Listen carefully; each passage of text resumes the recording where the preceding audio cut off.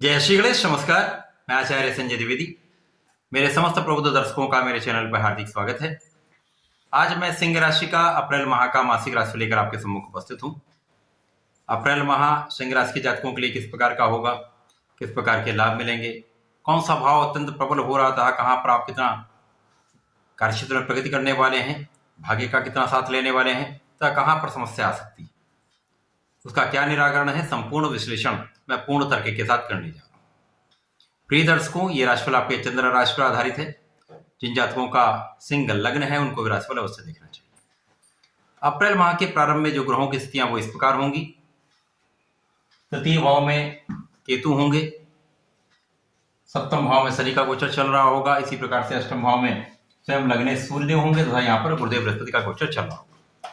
आपके नवम भाव में राहु के साथ शुक्र होंगे तथा बुध का गोचर चल रहा है। आपके एकादश भाव में मंगल होंगे तथा द्वादश भाव में चंद्रमा का गोचर प्रारंभिक स्थिति में होगा। प्रारंभिक समय में यदि हम देखें तो सूर्यदेव जो कि लग्न के स्वामी हैं उनका अष्टम में होना, यद्यपि सूर्य को किसी भी प्रकार का त्रिक दोष नहीं होता, परंतु अष्टम भाव निर्बलता का भाव है, त्रिक भाव है, क्षय का भाव है, तो निश्चित रूप से यहाँ पर कुछ शारीरिक समस्याएं हो सकती हैं, कुछ मानसिक क्लेश हो सकता है, यहाँ आपके प्रभाव में कुछ निर्बलता हो सकती है तथा यहाँ पर कहीं ना कहीं कार्यक्षेत्र में कुछ क्लेश की स्थिति दिखती है। तृतीय में केतु का तथा नवम भाव में भाग्य भाव में राहु का होना कहीं ना कहीं आपके लिए भाग्य को कुछ अवरुद्ध कर रहा है। यहाँ पर प्रारंभिक समय में शुक्र भी होंगे जो कि आपके तृतीय के स्वामी हैं तथा आपके कर्म के स्वामी हैं। कर्मेश तथा पराक्रमेश का गोचर नवम भाव में होकर भी कहीं ना कहीं निर्बल है, राहु के साथ दूषित प्रभाव में। इसी प्रकार से बुध जो आपके लाभ के स्वामी हैं तथा आपके धन के स्वामी हैं, लाभ तथा धन का स्वामी भी नवम भाव में भाग्य भाव में होकर निर्बल है, दूषित प्रभाव में। राहु के साथ त्रिग्रही योग जो कि जड़ योग भी हो रहा है, यहाँ पर शुक्र के साथ कहीं ना कहीं भटकाव का योग भी बन रहा है। तो यहाँ पर भाग्य का साथ नहीं मिल पाएगा। आप परिश्रम करेंगे पर परिश्रम का उतना लाभ आपको प्राप्त नहीं हो पाएगा। बुध जो कि आपके धन के स्वामी तथा आपके लाभ के स्वामी हैं, उनका भी राहु के साथ होना कहीं ना कहीं आपके लाभ को अवरुद्ध कर रहा है। धन के भाव को उतना प्रबल नहीं होने दे रहा जितना प्रबल होना चाहिए। यहाँ पारिवारिक सदस्यों के बीच में भी कहीं ना कहीं सामंजस्य की समस्या होगी। वाणी के भाव में कहीं ना कहीं समस्या होगी। वाणी पर आपको नियंत्रण 100% रखना होगा। इसी प्रकार से आपको अपव्यय से बचना होगा, आपको गलत मित्रों के संयोग से बचना होगा। आपके जो गलत मित्र हैं, जो आपको सही रास्ता नहीं दे रहे हैं, आपको सही दिशा में जाने से भटका रहे हैं, उनसे आपको निश्चित रूप से यहाँ पर बचना होगा। क्योंकि सूर्यदेव की राशि के लिए राहु प्रबल शत्रु भाव में होते हैं, तो भाग्य को निश्चित रूप से ये पूरी तरह से रोक रहे हैं। अब शनिदेव जो यहाँ पर केंद्र के भाव में है, बहुत प्रबल अवस्था में शश नामक राजयोग में है। शनिदेव कहीं ना कहीं बहुत अच्छा प्रभाव दे रहे हैं। केंद्र में होकर शश नामक राजयोग जो आपके भाग्य पर दृष्टि डाल रहा है, तो जो राहु का प्रभाव निर्बलता दे रहा है, शनि इसको बैलेंस कर रहे हैं। इसी प्रकार से शनि का प्रभाव लग्न को प्रबलता दे रहा है, आपके प्रभाव में वृद्धि कर रहा है, आपकी लग्न को प्रबल कर, आपके शारीरिक कष्टों से दूर कर रहा है, आपके संकटों से आपको बचा रहे हैं शनिदेव। यहाँ पर प्रभावशाली भी शनिदेव बना रहे हैं, साथ ही साथ यहाँ पर आप रोगों से भी सुरक्षित कर रहे हैं। अब सिंह राशि के लिए कारक गुरुदेव बृहस्पति हैं, जो कि यहाँ पर यदि हम देखें तो पंचम के स्वामी था आपके अष्टम के स्वामी हैं, उनका स्वयं की राशि में होना ये कहीं ना कहीं ठीक है। यहाँ पर प्रारंभिक समय में लग्नेश भी हैं, तो कुछ धन का लाभ आपको होता रहेगा। यहाँ पर कहीं ना कहीं परिवार का सहयोग मिलता रहेगा। कुछ असमंजस्य होने के बाद भी यहाँ पर परिवार का पूर्ण सहयोग आपके साथ रहेगा, परंतु गुरु का पूर्ण प्रभाव यहाँ पर लाभकारी नहीं है, बहुत लाभकारी नहीं है। यहाँ पर आपको लाभ उतना नहीं मिल पा रहा। गुरु का प्रभाव द्वादश पर है, तो कहीं ना कहीं व्यय बढ़ रहा है। तो ये व्यय हो सकता है कुछ आप अध्यात्म में कर रहे हैं, अथवा कुछ स्वास्थ्य समस्याओं में भी ये व्यय हो सकता है। हो सकता है जीवन साथी के स्वास्थ्य में कुछ समस्या है, उसके कारण भी आप व्यय कर सकते हैं। गुरु का प्रभाव धन भाव पर भी है तथा आपके चतुर्थ पर भी है। तो यहाँ पर चतुर्थ भाव जो कहीं ना कहीं उसके स्वामी की स्थिति बहुत अच्छी है, तो चतुर्थ भाव में प्रबलता निश्चित रूप से आएगी। तो यहाँ पर आपके लिए कुछ सुखों का उपभोग करने का समय होगा, कुछ आप सुख सुविधाओं का अर्जन कर सकते हैं। परंतु राहु का प्रभाव आपको समस्त अच्छे कार्यों से कहीं न कहीं रोक रहा है।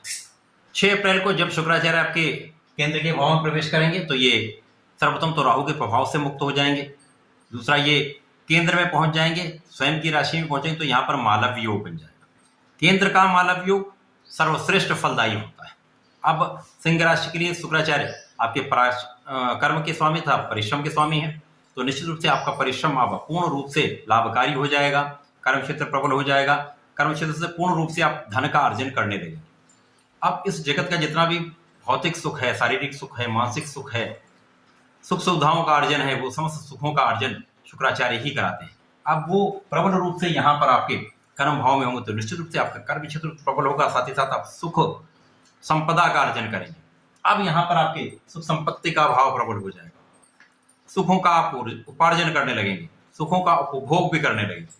इसके पश्चात सूर्यदेव जो कि लग्न के स्वामी है, अष्टम में गोचर करे तो उनका गोचर नवम भाव में आपके भाग्य भाव में हो जाएगा। अब लग्नेश भाग्य भाव में पहुंच जाएंगे, अपनी उच्च राशि में पहुंच जाएंगे। तो निश्चित रूप से सूर्य राजा है, राजा का एक प्रबल रूप से आभा मंडल होता है, एक प्रभाव होता है, एक सामर्थ्य होता है, एक बल होता है, क्षमता होती है। सूर्य की क्षमता पूर्ण रूप से यहाँ पर बढ़ जाएगी। यद्यपि यहाँ पर राहु के प्रभाव में होंगे तो यहाँ पर ग्रहण योग का भी प्रभाव होगा, परंतु यहाँ पर त्रिकोण के भाव में होकर अपनी उच्च राशि में रहेगा, निश्चित रूप से बहुत लाभकारी स्थिति बनाएंगे। ग्रहण का प्रभाव तभी सबसे अधिक आपको प्रभावित करेगा जब राहु और सूर्य के बीच में अंशों का अंतर कम हो जाएगा, बहुत न्यून हो जाएगा, तभी ये ग्रहण का प्रभाव पड़ेगा। बाकी समय में ऐसा कुछ नहीं है कि पूरे समय ग्रहण के प्रभाव में रहेंगे तो कुछ आपको लाभ नहीं मिल पाएगा। यहाँ पर बुधादित्य योग बनेगा, जो सूर्य बुध का संयोग है, ये त्रिकोण का भाव आपको सर्वश्रेष्ठ यहाँ पर राजकीय सेवाओं से लाभ देगा, राजतंत्र से लाभ देगा, कार्यक्षेत्र से लाभ देगा, समस्त सुखों का अर्जन कराने वाला, प्रगति कराने वाला, सफलता देने वाला। इसके पश्चात इस वर्ष का, इस माह का सबसे बड़ा परिवर्तन गुरुदेव बृहस्पति का है, जो 22 अप्रैल को आपके अष्टम भाव से निकलकर आपके नवम भाव में प्रवेश कर जाएंगे। अब आपके नवम भाव में चतुर्ग्रही योग बनेगा, यहाँ पर गुरुदेव बृहस्पति होंगे, लग्न के स्वामी सूर्यदेव होंगे, आपके लाभ और धन के स्वामी बुध होंगे तथा राहु का गोचर यहाँ पर निरंतर चलेगा। अब चतुर्ग्रही योग हुआ, यहाँ पर बहुत बड़े राजयोग भी बनेंगे, गुरु सूर्य का महाराजयोग का निर्माण होगा, बुधादित्य योग बन रहा, साथ ही साथ यहाँ पर चांडाल दोष बनेगा, ग्रहण दोष भी बनेगा, जड़ दोष भी बनेगा। परंतु स्थितियां अत्यंत प्रबल है। सूर्य गुरु प्रबल रूप से होंगे, बुध के साथ संयोग में कुशाग्र योग बन जाएगा, जिसके कारण आपकी बुद्धि का भाव अत्यंत प्रबल हो जाएगा, ज्ञान बहुत बढ़ जाएगा, विवेक बहुत बढ़ जाएगा, धैर्य बहुत आ जाए, आपके अंदर धैर्य बहुत आ जाएगा। तो जब आप ज्ञानवान भी होंगे, बुद्धिमान भी होंगे, सहनशील भी होंगे, तो निश्चित रूप से आप शासन करने वाले हैं। सिंह राशि तो शासन की ही राशि, लीड करने वाले होते हैं, लीडर होते हैं, शासन करने का जन्मजात गुण होता है, साहसी होते हैं। तो निश्चित रूप से इस समय में पूर्ण प्रभाव आपका बढ़ जाएगा, प्रभुत्व बढ़ जाएगा, यश बढ़ जाएगा, सफलता मिलने लगी, प्रगति हो जाएगी, 100% इस समय में आप संपूर्ण रूप से सफल होंगे। अब राहु और सूर्य का संयोग त्रिकोण के भाव में होगा, तो ये कहीं ना कहीं आपको प्रबल रूप से कूटनीतिज्ञ बना देगा, राजनीतिज्ञ बना देगा। तो आप अपने कार्य को किस प्रकार से निकालना है, किस ढंग से आपको आगे बढ़ना है, आप यहाँ पूरी तरह से उस पूरी युक्ति को प्रयोग करके आप अपने कार्य में, अपने क्षेत्र में सफलता अवश्य अर्जित करेंगे। यहाँ पर कोई आप नकारात्मक कार्य भी नहीं करेंगे, क्योंकि यहाँ पर गुरुदेव के साथ यहाँ पर संयोग बन रहा है। तो गुरुदेव के साथ जब संयोग बनेगा तो ये आपको आगे बढ़ाने वाला होगा। आप अपनी क्षमता का प्रयोग करेंगे, अपनी बुद्धि का प्रयोग करेंगे, आगे बढ़ेंगे, परंतु नकारात्मक कार्य नहीं करेंगे।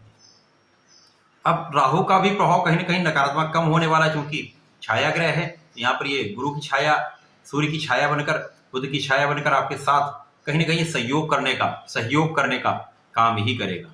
तो निश्चित रूप से अब आपका भाग्य भी साथ देगा, आपका परिश्रम का पूर्ण आपको लाभ भी मिलने वाला है, तथा यहाँ पर संपूर्ण से लग्न अत्यंत प्रभावी हो जाएगी, लग्न प्रभावशील हो जाएगी, सुख संपदा का आप अर्जन भी करेंगे। पंचम आपका बहुत प्रबल हो जाएगा, यहाँ पर ज्ञान का भाव प्रबल हो जाएगा, शिक्षा में सफलता मिलेगी, यहाँ पर सरकारी नौकरी के प्रयास में आप सफलता प्राप्त करेंगे, प्रशासनिक सेवाओं में सफलता प्राप्त करेंगे, शासन प्रशासन का पूर्ण सहयोग, पूर्ण सफलता, कार्यक्षेत्र में संपूर्ण सफलता आपको 100% यहाँ मिलेगी। संतान के सुख की प्राप्ति, संतान से भी सुख की प्राप्ति आपको यहाँ पर होने वाली।